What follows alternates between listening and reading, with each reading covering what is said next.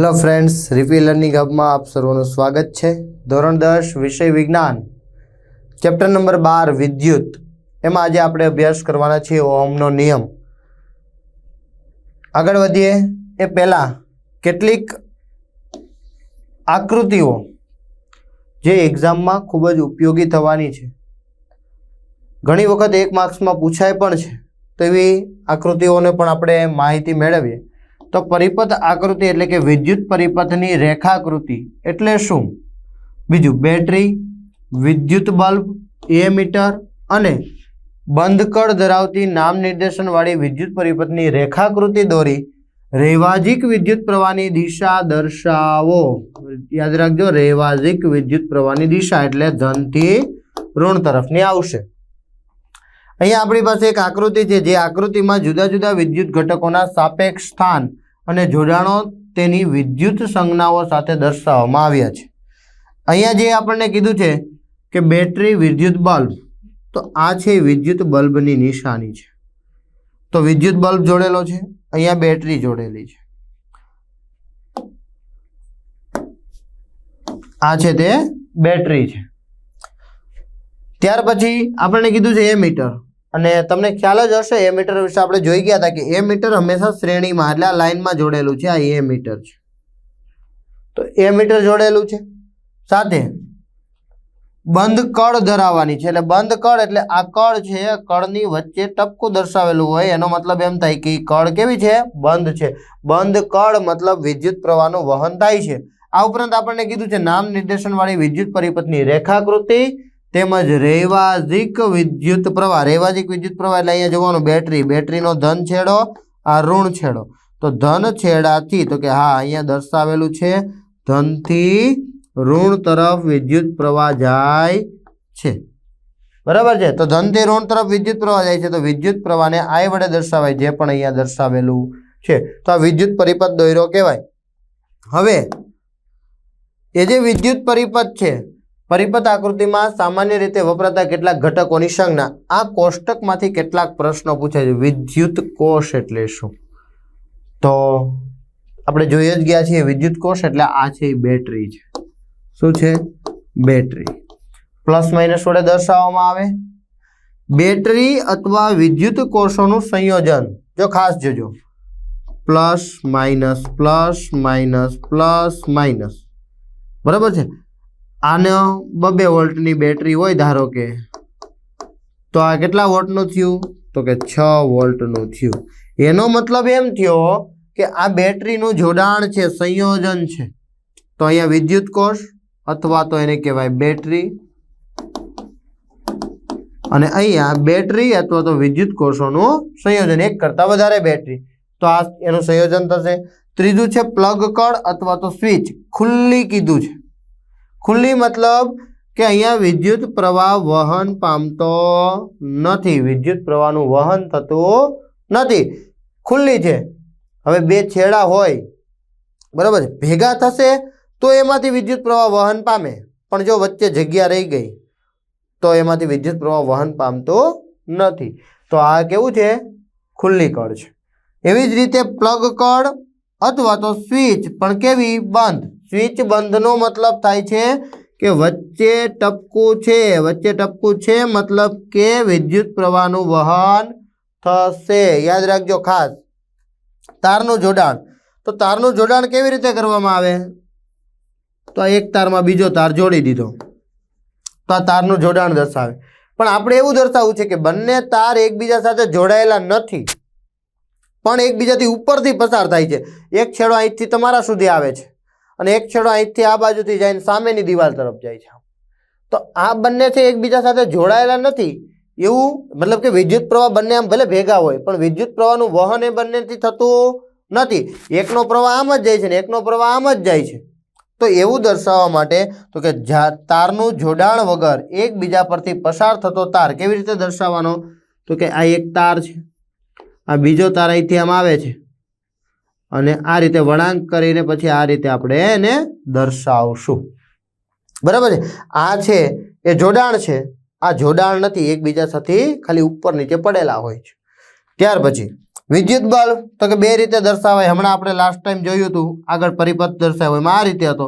તમે આવો બલ્બ પણ દર્શાવી શકો છો. આર અવરોધ ધરાવતો અવરોધક. આવી જે ઝિગઝેગ લાઈન પણ યાદ રાખવાનું, ખૂણો પાડવો ફરજિયાત છે. ખૂણો પડવો ફરજિયાત છે. આને અવરોધ આર કહે છે. બરાબર છે. ત્યાર પછી ચલિત અવરોધ અથવા રિયોસ્ટેટ અથવા ચલ અવરોધ. ચલ અવરોધ, ચલિત અવરોધ અથવા તો રિયોસ્ટેટ. તો એમાં આવી રીતે અવરોધ જ દર્શાવવાનો છે. અવરોધ દર્શાવી દીધા પછી એમાં વચ્ચે આવું તીર દર્શાવવાનું છે અને ચલ અવરોધ કહેવાય. અથવા તો એ જે અવરોધ હોય એ અવરોધમાં ઉપરની બાજુએથી ડાબી બાજુએથી આવશે, નીચેની તરફ એરો, આને કહેવાય ચલ અવરોધ. આની આકૃતિઓ બધી છે, પરિપથ સંજ્ઞાઓ છે, યાદ રાખવાની છે. એ મીટર તો એ પણ આપણને ખબર જ છે કે એ કરીને ઉપર રાઉન્ડ, જે સાઈડથી પ્લસ હોય એ સાઈડથી પ્લસ અને માઇનસ હોય ત્યાં માઇનસ. એવી જ રીતે વોલ્ટ મીટર પણ આપણને ખબર છે, વી કરીને રાઉન્ડ, જ્યાં પ્લસ બાજુનો પ્લસ, માઇનસ બાજુનો માઇનસ. કોની સાથે જોડેલું હોય? બેટરી સાથે. બેટરીનો પ્લસ, વોલ્ટ મીટરનો પ્લસ, એ મીટરનો પ્લસ. બેટરીનો માઇનસ તો વોલ્ટ મીટરનો પણ માઇનસ અને એ મીટરનો પણ માઇનસ છેડા સાથે જોડેલો હોય છે. તો એ મીટર અને વોલ્ટ મીટર, આટલી સંજ્ઞાઓ યાદ રાખવાની છે. ત્યાર પછી વાત કરીએ ઓહમના નિયમની. આજનો આ મેઇન અગત્યનો ટોપિક ખૂબ જ અગત્યનો એટલા માટે કે ઓહમના નિયમની જરૂરિયાત હવે પછી આપણે દરેક થિયરીની અંદર પડશે, એટલે યાદ રાખવાનો જ છે. તો ઓહમનો નિયમ ચકાસવો અથવા વિદ્યુત સ્થિતિમાનનો તફાવત અને વિદ્યુત પ્રવાહ વચ્ચેના સંબંધ મેળવો. I અને V વચ્ચેનો સંબંધ મેળવવાનો છે. પદ્ધતિ તો કે 0.5 મીટર લંબાઈ નિક્રોમનો તાર. હવે નિક્રોમ છે તે નિકલ, ક્રોમિયમ, મેંગેનીઝ અને લોખંડ એટલે કે આયર્ન, આ ચારનો મિશ્ર ધાતુનો તાર છે. XY, બરોબર છે, XY. એક એ મીટર, એક વોલ્ટ મીટર અને 1.5 વોલ્ટના 4 અવરોધ, એટલે આ XY બિંદુ છે. આ નિક્રોમનો તાર છે, એનો કંઈક અવરોધ હશે. આ વોલ્ટ મીટર એ હંમેશા સમાંતરમાં જોડવાનું, જોડી દીધું. એ મીટર હંમેશા શ્રેણીમાં જોડવાનું, જોડી દીધું. 1.5ના 4 બેટરી જોડી દીધી, વિદ્યુત કોષ જોડી દીધા. આકૃતિમાં દર્શાવ્યા મુજબ પરિપથ તૈયાર કરવાનો છે. જો અહીંયા બધું દર્શાવેલું છે તો આપણે આ રીતે જોડેલું છે. હવે સૌપ્રથમ માત્ર એક જ કોષ ઉદ્ગમ તરીકે જોડો. વિદ્યુત પ્રવાહ માટે એ મીટરનું અવલોકન નોંધવાનું છે. આ એક કોષ છે, પહેલા એક જ જોડવાનો, 3ને કાઢી નાખવાના. એ મીટર અને વોલ્ટ મીટરમાં શું આવે છે એ ચેક કરવાનું છે. પછી 2 જોડવાના છે. એ મીટર અને વોલ્ટ મીટરમાં શું આવે છે એ નોંધવાનું છે. 3 જોડવાના અને 4 જોડવાના. એ મીટર અને વોલ્ટ મીટરના મૂલ્યો નોંધવાના છે. શું થાય છે? કારણ કે આપણે અહીંયા કોના વચ્ચેનો સંબંધ મેળવવાનો છે? V અને I. V એટલે વિદ્યુત સ્થિતિમાનનો તફાવત અને વિદ્યુત પ્રવાહ એટલે I. તો વિદ્યુત પ્રવાહ એ મીટર વડે માપી શકાય અને વિદ્યુત સ્થિતિમાનનો તફાવત વોલ્ટ મીટર વડે માપી શકાય. એટલે બંનેના અવલોકનના મૂલ્ય આપણે નોંધવાના છે. તો નિક્રોમનો તાર XYના 2 છેડા વચ્ચે વિદ્યુત સ્થિતિમાનનો તફાવત માટે વોલ્ટ મીટરનું સમાંતર જોડાણ જોડેલું છે, એનું અવલોકન કરો. 2 કોષ માટે એવું કરવાનું, પછી 3 કોષ ને પછી 4 વિદ્યુત કોષ માટે એવું વારાફરતી જોડવાનું છે. અને શું થાય છે એ માટે V અને I ની પ્રત્યેક જોડ માટે V અને I નો ગુણોત્તર લખો.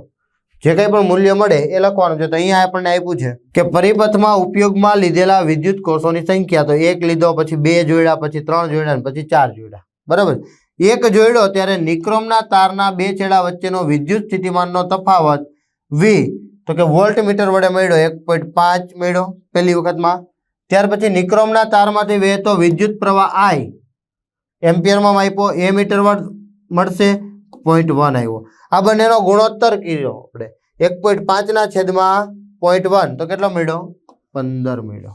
કેટલો મળ્યો? 15. બંનેનું સાદુરૂપ આપજો, 15 મળશે તમને. જ્યારે વિદ્યુત 2 બેટરી જોડી ત્યારે વિદ્યુત સ્થિતિમાનનો તફાવત 3 આવ્યો, વિદ્યુત પ્રવાહ 0.2 આવ્યો. બંનેનો ગુણોત્તર લ્યો, 15 જવાબ મળશે. 3 જોડ્યું બેટરીના કોષ, બરાબર, બેટરી 3 જોડી તો 4.5 વિદ્યુત સ્થિતિમાનનો તફાવત આવ્યો, વિદ્યુત પ્રવાહ 0.3 આવ્યો, બંનેનો ગુણોત્તર લ્યો 15 જવાબ મળે. એવી જ રીતે 4 જોડેલા હોય ત્યારે 6 અને 0.4 તો કેટલા મળે? 15 મળે. તો આના પરથી આપણે એમ કહી શકીએ કે એક સરખો, બરાબર, 4 મૂલ્ય લીધા આપણે, તો એક સરખું બંનેનો ગ્રાફ જાય છે, સીધી લીટીમાં જાય છે. તો વોલ્ટેજ V અને પ્રવાહ I નો આલેખ દોરી આલેખનો આકાર નોંધવાનો છે. આપણે જોયું કે એ બંનેનો I વિરુદ્ધ વિદ્યુત સ્થિતિમાનનો તફાવત V નો આલેખ દોરેલો છે અને સ્કેલ પસંદ કરો. તો અવલોકનો શું આવ્યા? તો V વધારતા I રેખીય રીતે વધે છે. V વધારે, વિદ્યુત સ્થિતિમાનનો તફાવત વધારવો હોય તો શું કરવું પડે? તો કે બેટરી ધીમે ધીમે મોટી કરવી પડે. એટલે 1 કોષ હતો એની જગ્યાએ 2 કોષ કર્યા, 3 કોષ કર્યા. જેમ આપણે વિદ્યુત સ્થિતિમાનનો તફાવત વધારીએ એમ I છે એ વધે છે, અર્થાત I ચલે છે V એમ કહી શકીએ. તેથી VI નો ગુણોત્તર હંમેશા કેવો મળ્યો? લગભગ સમાન 15 વોલ્ટ પર એમ્પિયર મળે છે. V ચલે છે I આલેખ સુરેખ છે, સીધો છે, સીધી લીટીમાં છે, ઉદ્ગમ બિંદુ O માંથી પસાર થાય છે અને સીધો મળે છે. નિર્ણય શું લઈ શકીએ? તો કે વાહકમાંથી વહેતો વિદ્યુત પ્રવાહ તેના 2 છેડા વચ્ચેના વિદ્યુત સ્થિતિમાનના તફાવતના સમપ્રમાણમાં હોય છે, જેને ઓહમનો નિયમ કહી શકીએ. વાહક તારમાંથી વહેતો વિદ્યુત પ્રવાહ તેના 2 છેડા વચ્ચેના વિદ્યુત સ્થિતિમાનના તફાવતના સમપ્રમાણમાં હોય છે, પણ કેવા? અચળ તાપમાને. એને ઓહમનો નિયમ કહે છે. તો અને હંમેશા આ ગુણોત્તર છે કેવો રહે છે? અચળ રહે છે. ઓહમનો નિયમ લખો તો અવરોધનો SI એકમ વ્યાખ્યાયિત કરવામાં તે કઈ રીતે ઉપયોગી છે એ પણ સમજાવવાનું છે. તો પહેલા ઓહમનો નિયમ જોઈ લઈએ. અચળ તાપમાને, આ શબ્દ યાદ રાખવાનો છે. અચળ તાપમાને વાહકમાંથી પસાર થતો વિદ્યુત પ્રવાહ તે વાહકના 2 છેડા વચ્ચેના વિદ્યુત સ્થિતિમાનના તફાવતના સમપ્રમાણમાં હોય. તેથી આપણે એમ કહી શકીએ કે I ચલે છે V. શું કહી શકીએ? I ચલે છે V. વાહકમાંથી વહેતો વિદ્યુત પ્રવાહ I અને તેના 2 છેડા વચ્ચેનો વિદ્યુત સ્થિતિમાનનો તફાવત વોલ્ટેજ V હોય તો ઓહમના નિયમ મુજબ I ચલે છે V. શું થાય? I ચલે છે V. આ સંબંધ નીચે મુજબ પણ લખી શકાય. કેવી રીતે લઈ શકાય? તો કે I ચલે છે V લખો કે V ચલે છે I, કાંઈ ફેર પડે નહીં. પછી શું કર્યું? તો કે આજે છે ત્યાં બરાબરની નિશાની મૂકી. શું કર્યું? ચલે છે ને દૂર કર્યો, બરાબરની નિશાની મૂકી એટલે કોઈ અચળ પદ મૂકવું પડે, એટલે કે અચળાંક મૂકવો પડે. એ અચળાંક ગુણ્યા I થઈ ગયું. જો અહીં બરાબર થઈ ગયું, ચલે છે ની નિશાની દૂર થઈ ગઈ, દૂર થઈ ગઈ એટલે કંઈક અચળાંક મૂકવો પડે. તેથી આપણે એમ લખી શકીએ, શું લખી શકીએ? V બરાબર I R. V બરાબર I R લખી શકીએ. શું લખી શકીએ? I R. હવે આના જુદા જુદા પદ મેળવી શકીએ. ધારો કે I ને કરતા બનાવો તો I બરાબર R આ બાજુ જાય એટલે V ના છેદમાં જાય. ધારો કે R ને કરતા બનાવો તો R બરાબર I આ બાજુ જાય તો V ના છેદમાં જાય. થશે આવું? તો I બરાબર V ના છેદમાં R, R બરાબર V ના છેદમાં I ને V બરાબર IR. એવી 3 જુદી જુદી રીતે અહીંયા આપેલી છે.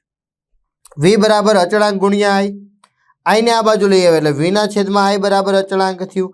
અચળાંકની જગ્યાએ R મૂકો જે અવરોધ દર્શાવે છે. શું દર્શાવે? અવરોધ દર્શાવે છે. તો V બરાબર I R. ફરીથી આઈને આ બાજુ લઈ ગયા એટલે V બરાબર IR.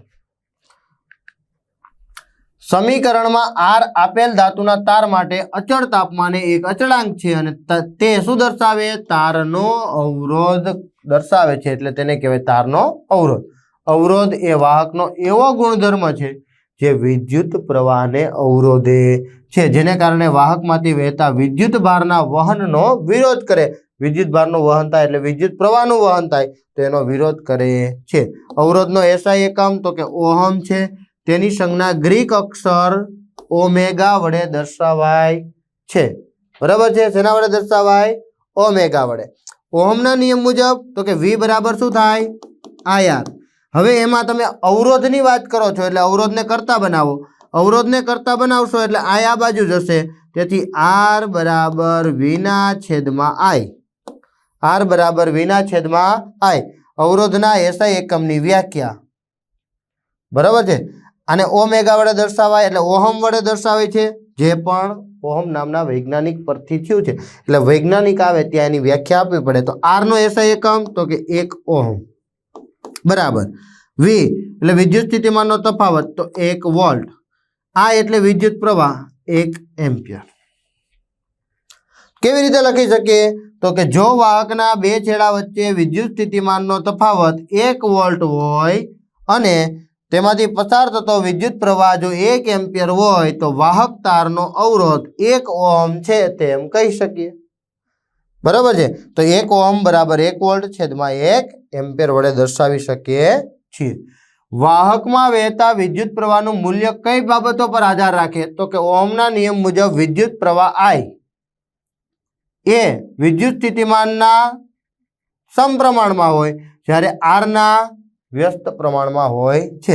આ સંબંધ પરથી કહી શકાય. જો આમાં તમે જુઓ તો I બરાબર V ના છેદમાં R છે, આવું છે. અને આપણે ભાગ પાડીએ, પહેલો ભાગ પાડીએ તો કે I બરાબર છે જગ્યાએ ચલે છે. કોના સમપ્રમાણમાં છે તો કે V ના સમપ્રમાણમાં છે. એવું તો આપણે આગળ જોઈ ગયા હતા. ઓહમના નિયમની શરૂઆત જ ત્યાંથી કરી હતી. I ચલે છે V. હવે R સાથેનો સંબંધ મેળવીએ તો શું આવે તો કે I બરાબર 1 ના છેદમાં R. બરાબર છે. તો આ I R થઈ ગયો સંબંધ. તો I બરાબર 1 ના છેદમાં R. હવે અહીંયા તમે જોઈ શકો છો આ બંને એકબીજાને કેવા છે તો કે સમપ્રમાણમાં છે. જ્યારે વિદ્યુત પ્રવાહ છે અવરોધના વ્યસ્ત પ્રમાણમાં હોય ને આપણે હમણાં જ જોયું કે વિદ્યુત પ્રવાહ જવાબદાર કોણ તો કે વિદ્યુત ભાર. વિદ્યુત ભારનો અવરોધે એનો વિરોધ કરે તો R છે અવરોધ છે જે વિદ્યુત પ્રવાહના વ્યસ્ત પ્રમાણમાં હોય છે. તો પહેલું એના પરથી વિદ્યુત સ્થિતિમાનનો તફાવત બમણો કરતા વિદ્યુત પ્રવાહ પણ બમણો થાય, કારણ કે બંને સમપ્રમાણમાં છે. આને તમે વધારશો તો આ પણ વધશે. વિદ્યુત સ્થિતિમાનનો તફાવત અડધો કરતા વિદ્યુત પ્રવાહ પણ અડધો થાય. I ને ઘટાડો છો તો V પણ ઘટે છે. બંને સમપ્રમાણમાં છે. જ્યારે બીજો સંબંધ તો કે જો I બંને એકબીજાના વ્યસ્ત હોય તો I ને વધારો તો R શું થાય ઘટે. I ને ઘટાડો તો R શું થાય વધે. તો આ બીજો સંબંધ. એના પરથી અવરોધ બમણો કરતા પ્રવાહ અડધો થાય અને અવરોધને અડધો કરો તો પ્રવાહ બમણો થાય છે. બંને એકબીજાના કેવા હોય છે વ્યસ્ત હોય છે. આમ વાહકમાંથી વહેતા વિદ્યુત પ્રવાહનું મૂલ્ય નીચેની બે બાબતો પર આધાર રાખે. પહેલું વાહકના બે છેડા વચ્ચેનો વિદ્યુત સ્થિતિમાનનો તફાવત અને બીજું વાહકનો અવરોધ એના પર આધાર રાખે છે. તમને મજા આવી હશે, સમજાઈ ગયું હશે. વધુ આપણે નેક્સ્ટ વિડીયો લેક્ચરમાં જોઈશું. Thank you.